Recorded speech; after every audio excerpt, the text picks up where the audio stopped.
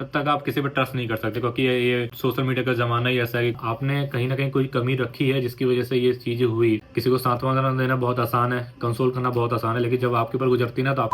Hey guys, welcome back to another vlog.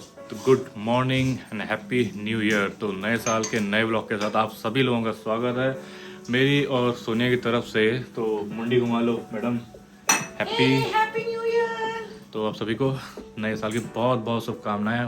I hope कि हम लोग मिलजुल कर एक बड़ी फैमिली बनाएंगे, अपने ब्लॉग्स को आगे, चैनल को आगे ले जाएंगे, आप लोग भी अपने काम को और आगे ले जाएंगे, फैमिली के साथ घूमेंगे फिरेंगे, एंजॉय करेंगे और आगे अपने करियर में बढ़ते जाएंगे। तो सुख सुविधाओं के साथ आगे बढ़ेंगे। तो ऐसी आप लोगों की मनोकामनाएं हैं। तो हम लोग आपके लिए भी यही कहेंगे कि आप लोग भी आगे बढ़ें, खुशहाल ज़िंदगी जिएं, करियर में, अपनी पढ़ाई में, अपने घर में और ऊँचे जाएं। तो फिलहाल आज ब्लॉग की शुरुआत हो गई है। ब्लॉग की शुरुआत थोड़ी लेट करी, उठ तो हम लोग बहुत पहले गए थे, थोड़ा काम धाम निपटाया अपने और अब नहा धो के अब नाश्ता करने जा रहे हैं। सोने नाश्ता बना रही। क्या बनाया नाश्ते में? चिल्ले। चिल्ला चिल्ला के चिल्ले बने हैं जो चिल्ला रहे हैं कि मुझे खाओ खाओ खाओ। तो वैसे तो दिल्ली का आलम ये है कि बीच में काफ़ी सारी हवा चल रही थी तो पॉल्यूशन साफ़ हो गया था, लेकिन अभी कुछ दिनों से हवा कम हो गई है, लेकिन कम हो गई है। लेकिन क्या है कि फॉग आ गया। अब फॉग आ गया तो वो पॉल्यूशन इधर तो भटक नहीं पा रहा। हवा इतनी तेज़ नहीं चल रही कि वो एकदम उड़ा के ले जाए। तो वैसे तो एक एडवांटेज है, हवा चलती रहना, तो कम से कम पॉल्यूशन से निजात मिलती रहेगी। कम से कम मैं तो ये चाहता हूँ कि जो भी सरकार यहाँ पर है वो कम से कम नए साल से ये कोशिश करे कि आगे ये चीज़ें ना आए, क्योंकि हर साल एक रिपीटेंस चलता रहता है, वही सब बीसी चलती रहती है, होता कुछ नहीं है। अभी इनिशियली एक डेढ़ महीने बाद फिर स्थिति सामान्य हो जाएगी।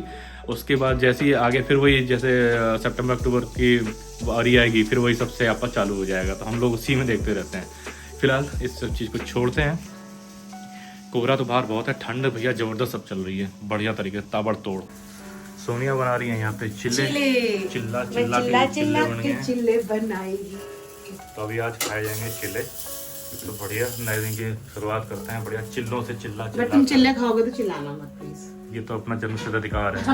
अभी सरप्राइजिंगली देखो धूप निकल आई है, काफी टाइम हो गया, सुबह कोहरा था, हल्की कोहरा छट गया है, तो ये बढ़िया है।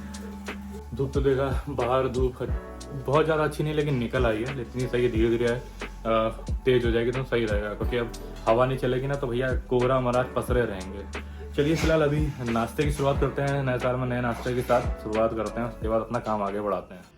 तो गाइस दिन के लगभग 1:45 बज रहा है, नाश्ता पानी हो गया था, उसके बाद अपना थोड़ा बहुत काम धाम निपटाया, मतलब काम धाम ऑफिस का नहीं, ये रोजमर्रा के घर के काम धाम, थोड़े से विंटर क्लॉथ से तुमको डालना था, क्योंकि आगे अगर हम लोग कहीं बाहर निकलते हैं तो जाड़ के कपड़े जल्दी सूखते नहीं, तो वो सब काम समझ रहे हो ना, वो सब काम निपटा के सोनिया निकल गई अपने घर।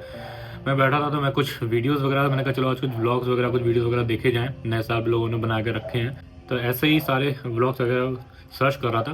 तो अकेमडनो की जाट प्रभुजो जो है, जो फेमस ब्लॉगर हैं, उनके फादर की डेथ हो गई। तो बीच में मैंने सुना तो था, लेकिन मुझे लगा शायद आजकल जैसे जानते हो ना सोशल मीडिया बहुत सारी फेक चीज़ें होती हैं, जब तक पर्टिकुलर बंदा खुद आकर के ये डिक्लेयर ना करे कि हाँ ये चीज़ है, ऐसा हुआ है, तब तक आप किसी पर ट्रस्ट नहीं कर सकते, क्योंकि ये सोशल मीडिया का ज़माना ही ऐसा है कि कुछ भी व्यूज़ के लिए उल्टा सीधा अनसंड सब डाल देते हैं। तो अभी जब लास्ट ब्लॉग उन्होंने कुछ 28 या 29 तारीख को डाला था, जिसमें उन्होंने कंफर्म किया कि हाँ उनके फादर की डेथ हो गई थी 24 दिसंबर। तब मैंने सोनिया को बताया कि यार हम लोग, क्योंकि हम लोग इनका ब्लॉग देखते हैं, अच्छा लगता है हम लोग, और फिर हम लोग वही सोचे यार कि मतलब बताओ यार, जैसे मैं आपको पिछले ब्लॉग में बता ही रहा था कि ये दिसंबर जाते जाते कई लोगों को झटका दे गया और बहुत लोगों के लिए अच्छा नहीं रहा। जिस हिसाब से वो लोग सोच रहे थे कि साल का एंड हो रहा है और नया साल आने वाला है, तो कई लोगों के लिए नया साल बहुत अच्छा नहीं रहने वाला। मतलब ऐसा नहीं रहने वाला, लेकिन जब शुरुआत ऐसी हो जाती ना तो मन ख़राब होता है। हालांकि आगे बढ़ना है, टाइम रिपीट चलता रहता है, वही चीज़ें। तो मैंने इनका फिर ब्लॉग देखा आज अच्छे से।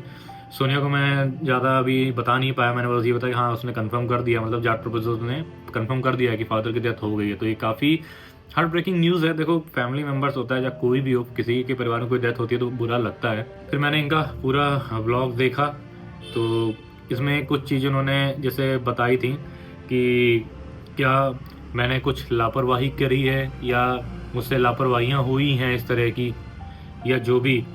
तो वो चीज़ मैंने सोचा कि आप लोगों से भी डिस्कस करूं, और हो सकता है मेरे वीडियोस उनके पास भी पहुंचे। अब ये मैटर करता है नहीं करता है तो अलग बात है कि वो पहुंचेगा नहीं पहुंचेगा, लेकिन कुछ चीज़ें मैं क्लियर करना चाहूँगा, एक तो सांत्वना टाइप देना चाहूँगा कि जैसे उन्होंने एक चीज़ बताई कि जब उनके फादर की तबीयत बिगड़ी तो वो उस समय गुड़गांव थे, जो वो गुड़गांव रहते ही हैं, तो आने जाने में टाइम लगता ही है, और गुड़गांव दिल्ली ये सब ट्रैफिक तो जानते हैं, वैसे तो ट्रैफिक हर जगह आम बात है।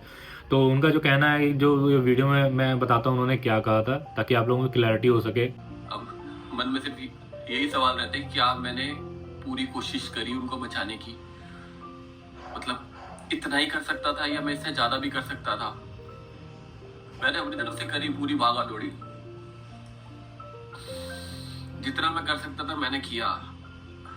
सारा दिन बैठे बैठे यही सोच दिमाग में चलता रहता कि क्या मैंने जो करा वो सफिशिएंट था, कि मैं उससे ज्यादा और कुछ कर सकता था? क्या मैं उनको बचा सकता था? क्या मैं पापा का काम जबरदस्ती बंद करवा सकता था? तो जैसा कि आपने वीडियो में देखा कि डॉक्टर ओझा बोल रहे हैं कि क्या मुझसे कोई लापरवाही हुई है, क्या मैंने ढीला पूरी रखी, या मैंने पूरी तरह से कोशिश नहीं की, या मैं कहीं उन्हें अच्छी जगह एडमिट करा सकता था, या कोई अच्छा ट्रीटमेंट करवा सकता था, या बहुत ज़्यादा और कोशिश कर सकता था, शायद वो बच जाते। ये सब चीज़ें हैं। तो कहीं ना कहीं दिमाग में लगता है कि हाँ, आपने कहीं ना कहीं कोई कमी रखी है जिसकी वजह से ये चीज़ें हुई। तो ये मन में थॉट्स आते रहते हैं, लेकिन इसका मतलब ये नहीं कि आप अपने आप को ब्लेम करोगे। तो देखो, मैं भी आपको ये कहना चाहूँगा कि एक तो इनके फादर की भी डेथ 24 तारीख को हुई है, और जैसा कि शायद मैंने कभी आप लोगों को बताया, मेरे फादर की डेथ भी 24 तारीख को ही हुई थी, जो अगस्त थी। लेकिन मेरे टाइम हो गया, मेरे फादर की डेथ हुई थी 2013 में। मैं उस समय बैंगलोर एक तरह से स्टडी कर रहा था, मतलब जॉब सर्च करने लग गया था स्टडी करके, और उन टाइम ड्यूरिंग में हम लोगों का मतलब वही टाइम था। और ऑल ऑफ ए सडन वहाँ फ़ोन आता है। मैं ऑलरेडी ट्रेनिंग में होता हूँ, एक कंपनी मैंने ज्वाइन करी जिसकी ट्रेनिंग चल रही थी। ट्रेनिंग में, क्योंकि नाइट शिफ्ट थी तो नाइट में ट्रेनिंग चल रही थी, मैं था। अचानक से फ़ोन आता क्या है, फ़ोन रखवा लिया जाता था, फ़ोन अलाउड नहीं होते थे, तो वो हम लोग बॉक्स में रख देते थे। तो उसके अचानक से फ़ोन आया, जब ब्रेक में निकले देखा कि मैसेज पड़ा कि एक्सीडेंट हो गया है, फटाफट घर पहुँचो, जल्दी आ जाओ, ये सब मेरे हाथ पैर फूल गए। आपको मैं बताऊं रियलिटी, तो मेरे फादर की डेथ ऑलरेडी हो चुकी थी। दिन शनिवार था, 4, साढ़े 4, 3, 1:30, 2 बजे के आसपास शायद उनका एक्सीडेंट हुआ था, और 3, साढ़े 4, 3, साढ़े 3, 4 बजे, मतलब 5 बजे से पहले पहले उनकी डेथ हो चुकी थी। मुझे रात के 9 बजे मैंने मैसेज देखा तो यही लिखा था, क्योंकि फैमिली वाले आपको डायरेक्ट ये नहीं बोलेंगे कि डेथ हो गई आ जाओ। उन्होंने ये कहा कि पापा का एक्सीडेंट हो गया है, जितनी जल्दी हो सके घर आ जाओ। अब मेरे तो हाथ पैर फूल गए।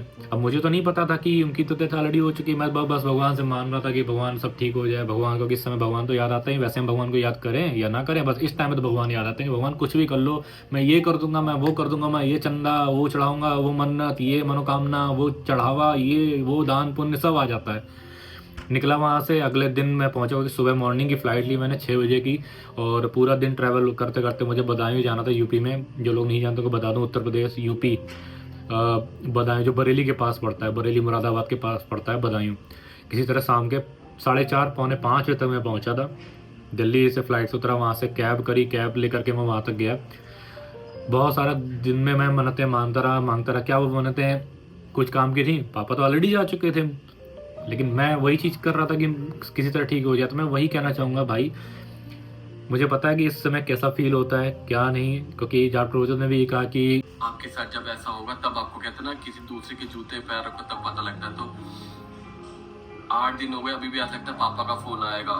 जब तक खुद पे नहीं गुजरती तब तक समझ नहीं आता भाई। किसी को सांत्वना देना बहुत आसान है, कंसोल करना बहुत आसान है, लेकिन जब आपके ऊपर गुजरती ना तो आपको उसमें कुछ समझ नहीं आता। आपकी किसी की बात अच्छी नहीं लगती। कोई भी आपके साथ दुख में खड़ा होगा, आपको ये लगेगा बस मुझे उसकी बात नहीं सुननी, जो मेरा बंदा गया वो जी जाए, वो खड़ा हो जाए, वो जीवित हो जाए, बस वो चाहिए। कोई आपको बोले बेटा हिम्मत रखो, ये सब बातों से फ़र्क नहीं पड़ता। क्योंकि वही जब प्रोजो ने वही बात करी कि जब तक आपके ऊपर नहीं गुजरेगी आपको पता नहीं चलता।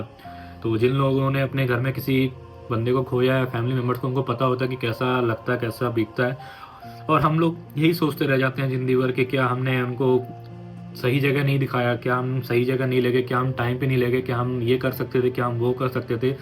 तो देखो, मैंने भी बहुत कुछ सोचा कि मैं, जब मेरे पापा बैंक मैनेजर थे, बैंक की जॉब करते थे, उन्होंने बहुत स्ट्रगल किया है, जैसे हर किसी के फादर करते हैं।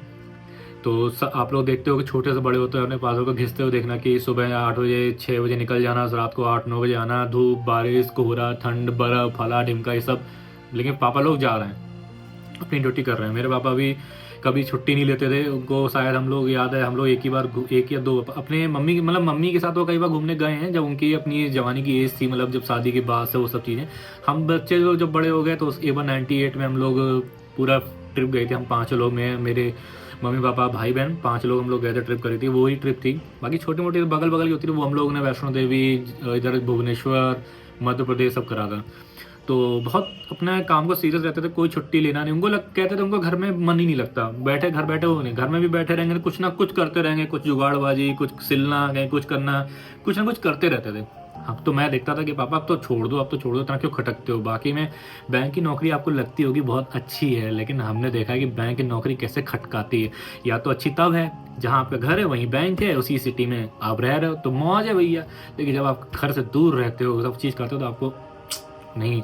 तो वही चीज़ है, सबके लिए अच्छी है, किसी के लिए नहीं अच्छी है, वो सब डिपेंड करता था। मैंने तो कभी अच्छी नहीं मानी ये सरकारी नौकरी, मुझे बिल्कुल भी इंटरेस्ट नहीं था। और इवन फादर के जाने के बाद मैंने वो नौकरी लेने से भी इनकार कर दिया था। इवन मेरे भाई ने भी, हमने मना कर दिया, हमें ऐसे नहीं घिसना, ये साली कोई नौकरी है, साला गाँव ले जा के घिस दिया, सब कर दिया। मेरे फादर वहाँ जा के घिस गया और आखिरी में मिली क्या, मौत मिली। जो खैर छोड़ते हैं इस चीज़ को, नहीं करते हैं, लेकिन मैं यहाँ पे इस चीज़ को बताना चाहूँगा कि जहाँ प्रोफेसर जैसे बोल रहे हैं, लगता है ये फीलिंग आती है कि क्या मैं ये कर सकता था, क्या मैं ये वो कर सकता था, मैं और भी कुछ कर सकता था। लेकिन देखो कुछ नहीं होता है, जिसका टाइम आ चुका है वो जाएगा, 100% जाएगा। आप कुछ भी कर लो, हो सकता है आप अमेरिका ले जाते नहीं बचते, हो सकता है कितना बड़ा डॉक्टर को दिखाते नहीं बचते, आपके हाथ में नहीं है बॉस, आपके हाथ में नहीं है। आपको कभी नहीं पता कि कल क्या हो जाए। जो लोग बीमार रहते हैं उनको तो पता है कि आज नहीं कल इनको स्थिति के अकॉर्डिंग कि क्या कंडीशन है, अगर सिवियर है उनकी कंडीशन तो पता हो जाता है कि हाँ ये शायद ना बच पाएँ। तो आदमी मेंटली प्रिपेयर्ड होता है। बचाने से आपको पता चले कि फ़ोन उठाया, एक्सीडेंट हो गया, वो ख़त्म, कैसे आप बिलीव करोगे। तो ये भी बहुत बड़ी त्रासदी हो जाती है। तो जाट प्रोफेसर भाई को मैं ये कहूँगा कि अपने ऊपर ब्लेम मत लो। समझ में आता है कि आप बहुत चीज़ें करने की कोशिश करते हो, मैं भी सोचता था, मैंने भी ऐसे ही कहा था पापा आप रिटायरमेंट जल्दी, अर्ली रिटायरमेंट ले लो, आप बेंगलोर आ जाओ, वहाँ शिफ्ट हो जाएंगे। मेरी भी ये सब थॉट्स होती थी, जैसे ये बता रहे हैं कि मैं भी अपने घर शिफ्ट हो जाता हूँ, पापा से बोलता हूँ दुकान छोड़ दो, ये सब बंद करो, रेस्ट करो। हम लोग भी अपने फैमिली में, मतलब मेरे भाई भी बोलते थे, मेरे बहन भी बोलती थी, मैं भी बोलता था पापा मैं आ जाता हूँ, या आप बेंगलोर शिफ्ट हो जाओ, जॉब तो हर जगह मिल जाती है, हर तरह की, ऐसा नहीं कि आपको खाली बैठना है, बहुत सारी चीज़ें जो आप कर सकते हो जॉब के थ्रू।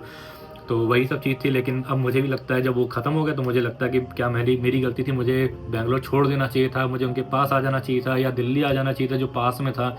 बहुत सारी चीज़ें थी, बहुत सारे थॉट्स आते थे, अपने आप को ब्लेम करना, ये सब करना, लेकिन उसका कोई रिजल्ट नहीं है, वो आपके हाथ में नहीं है। जिस इंसान को जाना है वो जाएगा, पर हम ह्यूमन नेचर के अकॉर्डिंग हम सब ब्लेम लेते हैं, दुख, पीड़ा, दर्द, पछतावा, ये सब देखते हैं। तो वही मैं कहता हूँ कि समय किसी ने नहीं देखा है। अब आप ये सोचो कि मैं अभी, आपने ऐसे वीडियोस देखे, आपने सोचा कि मैं अपने घर वालों के साथ रहूं, कल को क्या पता कुछ हो जाए, फिर भी आप वो चीज़ बदल नहीं पाओगे। जिसको जैसे जाना है वो वैसे ही जाएगा, आपको जहाँ होना होगा आप वहीं होगे।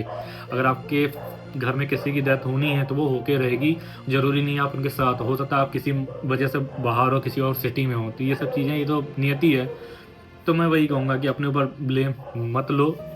और कोई भी ऐसा अगर घर में इंसिडेंट होता है, कोशिश तो हमें करनी होती है कि हम किसी तरह से अपने उस बंदे को बचा लें जो हमें छोड़ के जाने वाला है या जो चला जाएगा, जो भी है, कोशिश तो हम करते हैं। लेकिन हम ये ब्लेम खुद को नहीं कर सकते। कई लोग होता है, कभी कभी गलती हो जाती है कि हाँ शायद इस हॉस्पिटल में नहीं उस हॉस्पिटल में दिखाना चाहिए था, लेकिन कोई गारंटी, कोई पॉसिबिलिटी ऐसी 100% नहीं होती कि वहाँ जाने के बाद वो बच ही जाए। हो सकता है बच जाए, नहीं तो वो आगे, लेकिन जिसकी जब लिखी है वो जाएगा ही। तो इसलिए अपने आप को दोष ना दें, अपना कर्तव्य, अपने कर्म, अपनी जो भी चीज़ है वो कर दो, रिग्रेट मत रखो, कर दो अच्छे से।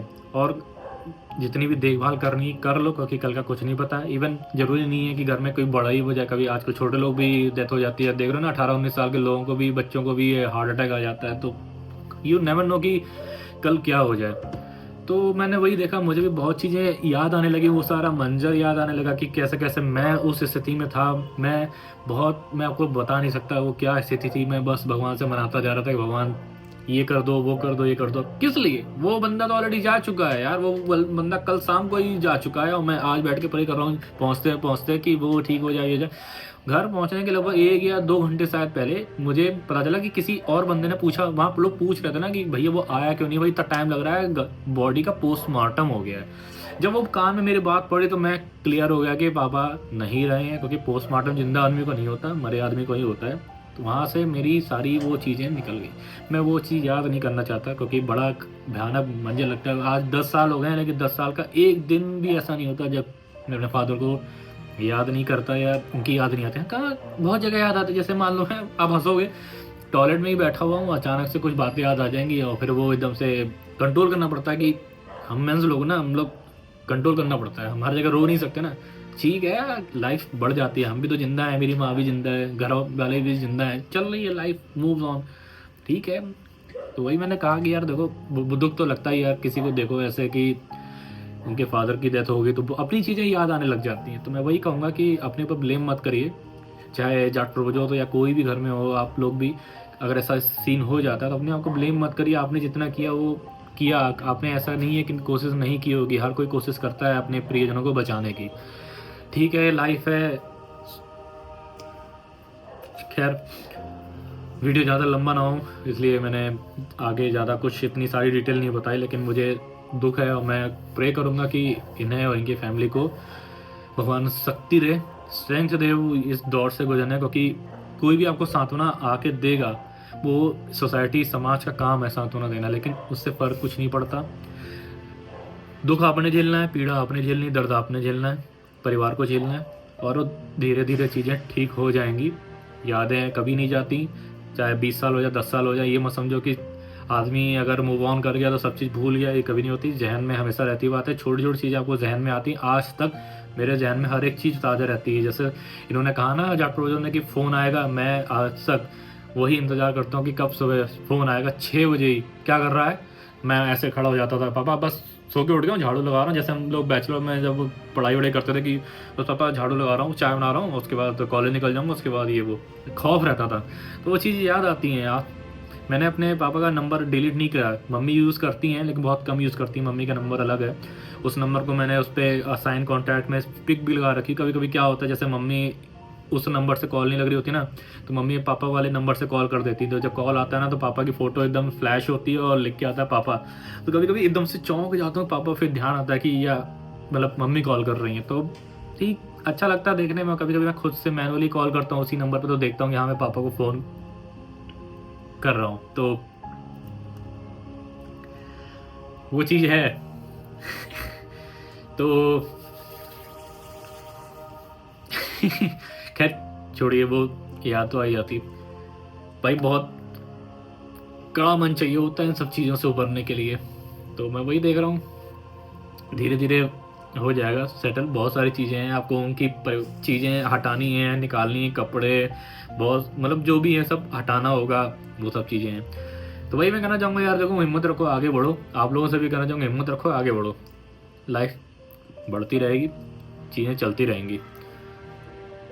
आज इस ब्लॉग को आज नए साल में इतना ही, क्योंकि क्या नया साल होता है क्या नहीं यार, ये तो मैं क्या ही बोलूँ। हर किसी के लिए अच्छा नहीं भी होता है यार, जिनके लिए होता है उनके लिए होता है, नहीं होता नहीं होता।